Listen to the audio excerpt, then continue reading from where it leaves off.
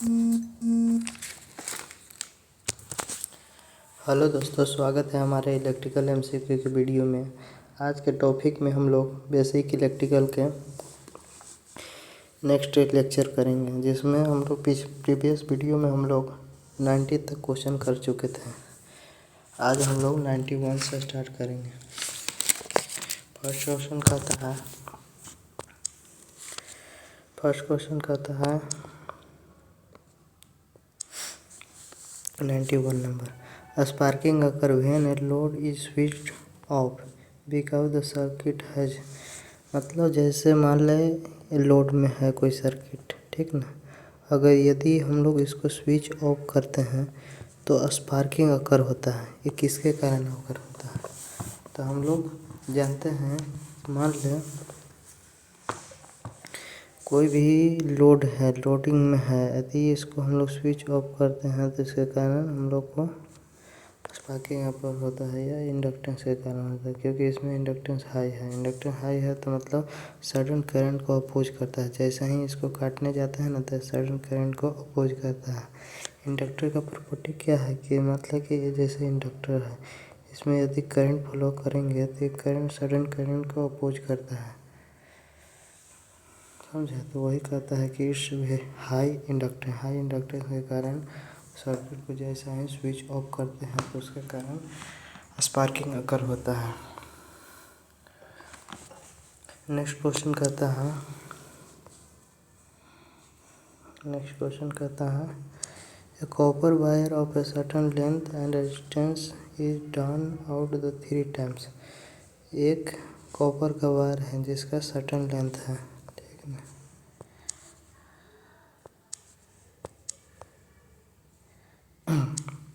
Copper wire of a certain length and resistance of drawn out the 3 times its length without change in volume। उसका length without change in volume 3 times हो जाता है length without change in volume. The new resistance, तो हम लोग ये जानते हैं 3 टाइम इंक्रीज हो रहा है, इसका मतलब क्या है कि आर न्यू बराबर टाइम इंक्रीज हो रहा है तो 3 के स्क्वायर इंटू आर। 3 के स्क्वायर कितना हो गया? 3 3 9। इसका मतलब कि 9 टाइम्स। ये फार्मूला होता है। जैसे मान लें कि कहेगा कि कोई वायर है, ठीक ना, उसका रेजिस्टेंस 1 ओम है, मतलब 2 ओम है, मान ले 2 ओम है। यदि इसको हम लोग खींच के 2 टाइम्स बढ़ा दिए और विदाउट चेंज इन वॉल्यूम, तो जो नया रेजिस्टेंस क्या होगा? तो इसका फार्मूला आर न्यू बराबर N square R old. N square मतलब कितना टाइम्स किया है? 2, तो 2 का स्क्वायर इंटू आर ओल्ड के मान 2, तो 2 का स्क्वायर 4 इंटू 2 4 2 4 दूनी 8 8 समय। वैसा ही कहता है कि एक रेजिस्टेंस है, ठीक ना, वो 3 टाइम्स क्या लेंथ को इंक्रीज कर रहा है विदाउट चेंज इन वॉल्यूम, तो न्यू रेजिस्टेंस। तो इसमें भी R square N square R, N कितना टाइम? 3 टाइम, 3 का स्क्वायर इंटू आर, 3 9 टाइम, समझे। तो ऑप्शन सी। नेक्स्ट क्वेश्चन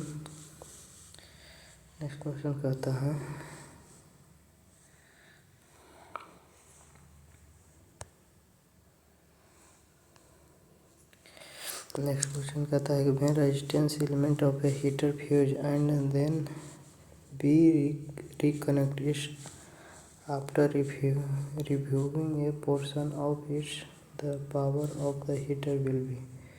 कहता है कि मान लें कि कोई हीटर एलिमेंट है, उसका फ्यूज एंड द रिकनेक्ट, उसको फिर से रिकनेक्ट कर दे आफ्टर रिव्यूइंग द पोर्शन, उसको पोर्शन को रिव्यू करने के बाद, तो the power of a heater will B, heater के पावर पर क्या इफेक्ट पड़ेगा? तो हीटर का पावर क्या होगा कि इंक्रीज हो जाएगा, समझे। Option B. नेक्स्ट क्वेश्चन कहता है a field of force can exist only between. मान लें कि 2 फोर्स एग्जिस्ट हो रहा है उसी फील्ड में, तो किसके कारण हो रहा है?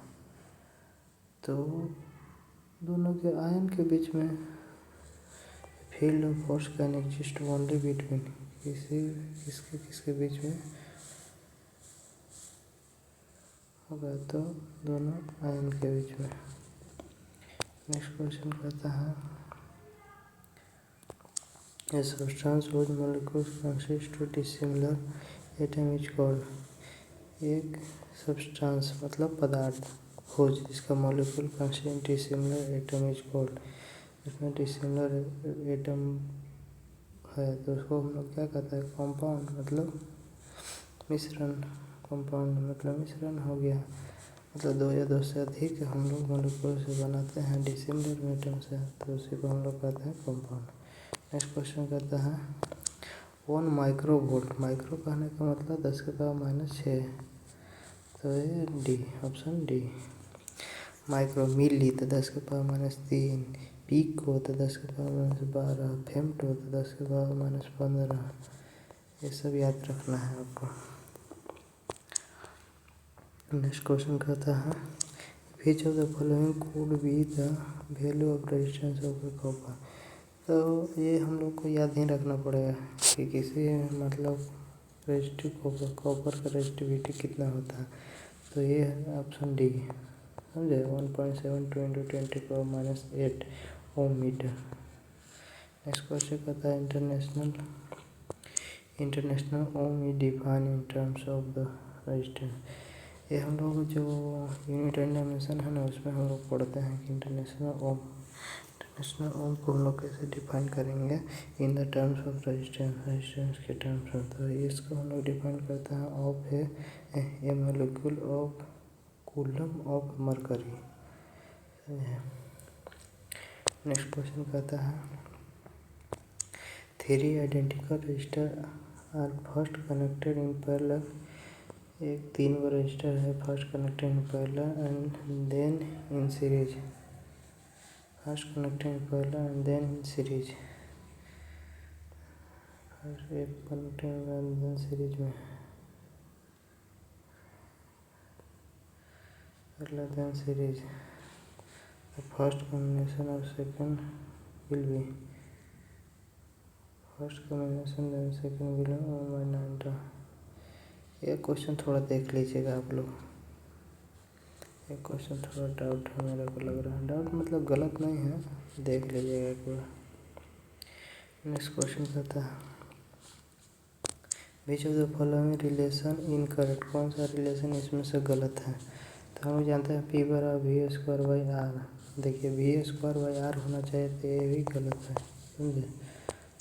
नेक्स्ट क्वेश्चन कहता है which method can be use for absolute measurement of resistance. Resistance को मेजर करने के लिए कौन सा मेथड मतलब एब्सोल्यूट है measurement of resistance option D वीज है जो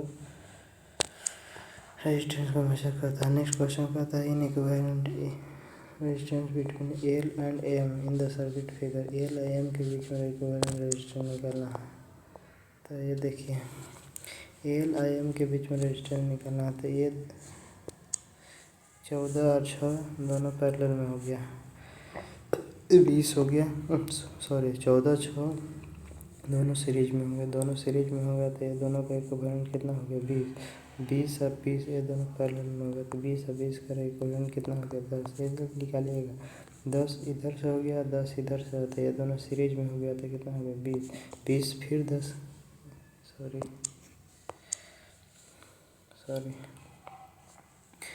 20 और 20 का पैरेलल कितना हो गया 10 समझे तो इसका 10 ओम रेजिस्टेंस। नेक्स्ट क्वेश्चन कहता है 3 6 ohm resistor connected in the triangle. 3 6 ohm का रेजिस्टेंस है जो ट्रायंगल में कनेक्टेड है मतलब त्रिभुज के आकार में कनेक्टेड है 6 6 6। What the resistance between it to be. किसी भी दो टर्मिनल के बीच में रेजिस्टेंस कॉर्नर के बीच में एक कॉर्नर तो इसके बीच में तो ये रेजिस्टेंस क्या हो गया सीरीज में 6 6 कितना हो गया 12 12 6 कितना हो इसमें पैरेलल में तो 12 × 6/12 6 18 चौतरी 18 3 3 6 12 4 3 सर 4 ओम। नेक्स्ट क्वेश्चन कहता है ओमला इज नॉट अप्लीकेबल टू। ओमला किसके लिए अप्लीकेबल नहीं है तो सेमीकंडक्टर के लिए अप्लीकेबल नहीं है। नेक्स्ट क्वेश्चन कहता है specific resistance of substance is measure. किसी भी सब्सटेंस का मतलब कोई भी पदार्थ है उसका स्पेसिफिक रेजिस्टेंस किस में मेजर करते हैं तो स्पेसिफिक ओम मीटर स्पेसिफिक रेजिस्टेंस करने का मतलब रो बराबर क्या होता है RA/L होगा। R ohm resistance, meter square में मीटर से मीटर तो मीटर। ओके। नेक्स्ट क्वेश्चन कहता है कि 2 कॉपर कंडक्टर है इक्वल लेंथ, 2 कॉपर कंडक्टर है जिसका इक्वल लेंथ है, cross section area of one conductor is 4। एक का क्रॉस सेक्शन एरिया है ना जो 1/4 है, डेट ऑफ द अदर के कंपेयर ये कहते कंडक्टर है signal cross section resistance of इतना द अदर कंडक्टर। तो 40 है, तो 40 का है 10, 4 × 10। एक बार रेजिस्टेंस ये आप लोग कैलकुलेशन करिएगा। R बराबर ρL/A पता है कि एक का जो क्रॉस सेक्शन एरिया है ना 1/4 है, तो पता है कि इसका 40 है, तो 40 में ये हो जाएगा कितना 40/10, 10 को 40, 10 1/4 करने का मतलब 40/4, 4 नहीं 40, 10, तो 10 हमारा D। एक और कैलकुलेशन करिएगा इस पर R बराबर ρL/A, समझे। इस पर करिएगा एक बार ये एरिया 1/4 रखिएगा और उसका रेजिस्टेंस एक का रेजिस्टेंस 40 में रखिएगा, ये उधर जाएगा तो 40/4 आएगा, 40/4 को कैलकुलेट 10 में आएगा। नेक्स्ट क्वेश्चन कहता है an chrome bar of a heater coil of the thickness of 2 ohm per metre of the heater of इतना किलोवाट इतना volt length of wire require, कितना मीटर वायर का रिक्वायर्ड होगा। तो देखिए इतना किलोवाट इतना वोल्ट का है, तो हम लोग देखिए 1 मीटर में 2 ओम है, तो हम लोग कितना मीटर आ रहा है लेंथ कैलकुलेट करेंगे। तो P बराबर क्या होता है V²/R। अब हम लोग R कैलकुलेट करेंगे।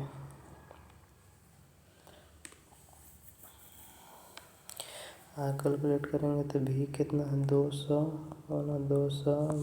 1 किलोवाट 1000, 2 0 से 2 0 1 0 से 1 0 तो 20 40, 40 क्या आ गया ओम। तो 1 मीटर में 2 ओम है, तो 40 मीटर में कितना हो गया 1 मीटर में 2 ओम है, 40 10 होना चाहिए इसको, 40/2 2 पर मीटर है, 1 मीटर में 2 ओम, तो इसका मतलब ये हुआ कि 40 मीटर का 20 होना चाहिए, ऑप्शन डी।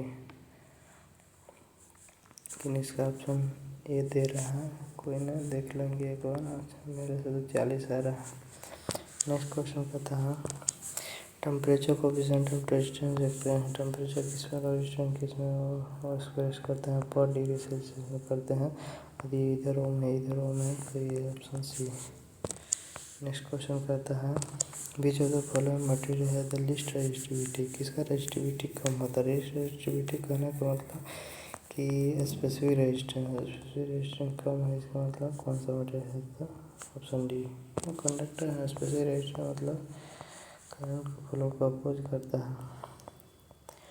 नेक्स्ट क्वेश्चन कहता है according to fuse law current conductivity, fuse law के अनुसार I डी के बाद 3 ये होता है, तो I कितना डायमीटर का 3/2 के वेरी करता है, ऑप्शन डी। नेक्स्ट क्वेश्चन कहता है which of the following line be लगी है the least resistance of room heater, तो इसका हम लोग रेजिस्टेंस किसका मतलब तो P बराबर जानते हैं V²/R, समझे। भी तो सबका सेम है, तो कहता है कि किसका रेजिस्टेंस कम होगा, किसका रेजिस्टेंस कम होगा, तो जिसका पावर ज़्यादा होगा उसका रेजिस्टेंस कम होगा। पावर देख लेंगे ए मतलब सी ऑप्शन इसका, क्योंकि पावर ज़्यादा है सबका वोल्टेज तो सेम ही है, इसका पावर ज़्यादा है उसका रेजिस्टेंस कम होगा, तो पावर ज़्यादा है तो ऑप्शन सी, समझे। नेक्स्ट क्वेश्चन कहता है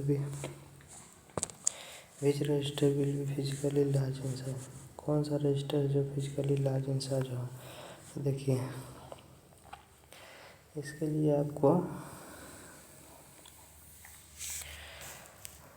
जिसका पावर ज़्यादा होगा उसका रेजिस्टेंस कम होगा, रेजिस्टेंस कम होगा इसका मतलब कि पावर पे डिपेंड कर नहीं करता है। लार्ज साइज है ना पावर पे डिपेंड ही नहीं करता है, इसीलिए इसका ऑप्शन बी। नेक्स्ट क्वेश्चन कहता है which current flow through the heater coil is glow but supply wiring does not glow because देखिए जैसे मान लो ये हीटर है, हीटर में जैसे ही सप्लाई देता है तो ये ग्लो करता है, लेकिन ये जो वायर है ना ये डज नॉट ग्लो नहीं करता है। तो हम लोग जानते हैं कि जो हीटर कॉइल का जो रेजिस्टेंस है ना एज कम्पेयर टू वायर ज़्यादा होता है। तो current flow in the line faster slow speed flow at slow speed resistance of heater more than supply wire. समझे, इसका रेजिस्टेंस है मेरा एज कम्पेयर टू इसका कम होता है, इसके कारण इसमें ये नहीं ग्लो करता है, ये ग्लो करता है, वही कहता है ऑप्शन सी। नेक्स्ट क्वेश्चन कहता है the condition of for the validity under Ohm law. Ohm law की कौन सा condition validity under Ohm law के अंडर में आता है? तो कहता है कि रेजिस्टेंस मस्ट बी यूनिफॉर्म। सही बात है, जो रेजिस्टेंस होता है यूनिफॉर्म होना चाहिए। फिर दूसरा वही कहता है कि constant temperature and physical quantity जो भी है तो ऑप्शन ए। नेक्स्ट क्वेश्चन कहता है which of the following statement correct. कौन सा स्टेटमेंट सही है? तो फर्स्ट कहता है semiconductor is a material whose conductivity is same between the conductor and insulator. सही बात है, सेमीकंडक्टर का जो कंडक्टिविटी होता है वो कंडक्टर और इंसुलेटर के बीच में लाई करता है। तो सही है, फर्स्ट सही है। दूसरा कहता है conductor semiconductor material with the conductivity average value of conductivity of the material. नहीं, ऐसा नहीं है, ऑप्शन ए इसका सही हो जाएगा, ऑप्शन ए। नेक्स्ट क्वेश्चन कहता है rheostat differ from the potentiometer in the respective. Potentiometer comparison में rheostat differ from potentiometer in the respective. तो ये कहता है lower water rating has higher water rating. सही बात है, हायर वाटर रेटिंग पोटेंशियोमीटर के रिस्पेक्ट में ज़्यादा होता है, higher water rating. Next question कहता है the weight of an aluminium conductor compare to copper. The conductor of cross area for the same electric resistance. मान लीजिए कंडक्टर का वेट और कॉपर का वेट, एल्युमिनियम का वेट और कॉपर का वेट, ये दोनों का सेम इलेक्ट्रिकल रेजिस्टेंस होता है, क्रॉस एरिया ही कितना होता है? 60%।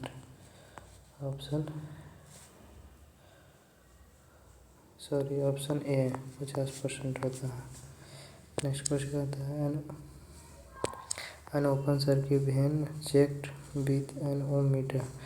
मान लें कि ओपन सर्किट है, ये ओपन है, यदि ओम मीटर से इसको चेक करेंगे तो इसका इनफिनिट रेजिस्टेंस क्या रीड करेगा? तो इनफिनिट। समझे।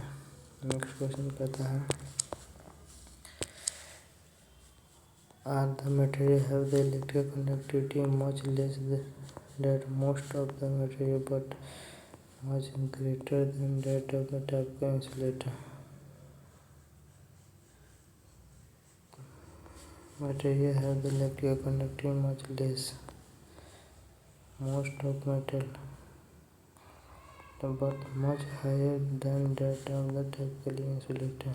तो इसे हम लोग कहते हैं सेमीकंडक्टर। सेमीकंडक्टर ऐसा मटेरियल है जिसका कंडक्टिविटी मच लेस, समझे, much less most of material but the greater that of typical insulator। Insulator के कंपेरिजन में ज़्यादा होता है। नेक्स्ट क्वेश्चन कहता है और good conductor have the high. किसी भी गुड कंडक्टर है तो उसका कंडक्टेंस हाई होगा। नेक्स्ट क्वेश्चन कहता है voltage dependent resistor usually made from. Voltage dependent resistor किसका जनरली बनाते हैं? सिलिकॉन कार्बाइड का। नेक्स्ट क्वेश्चन कहता है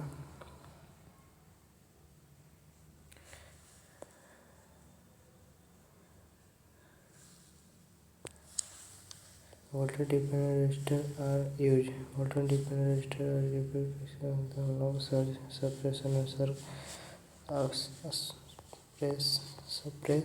सर्ज को सप्रेस करने में वोल्टेज डिपेंडेंट रजिस्टर कहते हैं, वह रजिस्टर इसी को कहते हैं। समझे। नेक्स्ट क्वेश्चन नेक्स्ट क्वेश्चन कहता है कि the ratio of mass of proton to the that of mass of electron. तो 1840 होता है, दोनों 1840 है। नेक्स्ट क्वेश्चन कहता है the number of outer of the carbon के आउटर मोस्ट ऑर्बिट में कितने इलेक्ट्रॉन होते हैं? एटम होता है तो 4 होता है। चलिए दोस्तों, आज के इस वीडियो में इतना ही। नेक्स्ट वीडियो में मिलते हैं। यदि अच्छा लगे तो लाइक कमेंट सब्सक्राइब करें।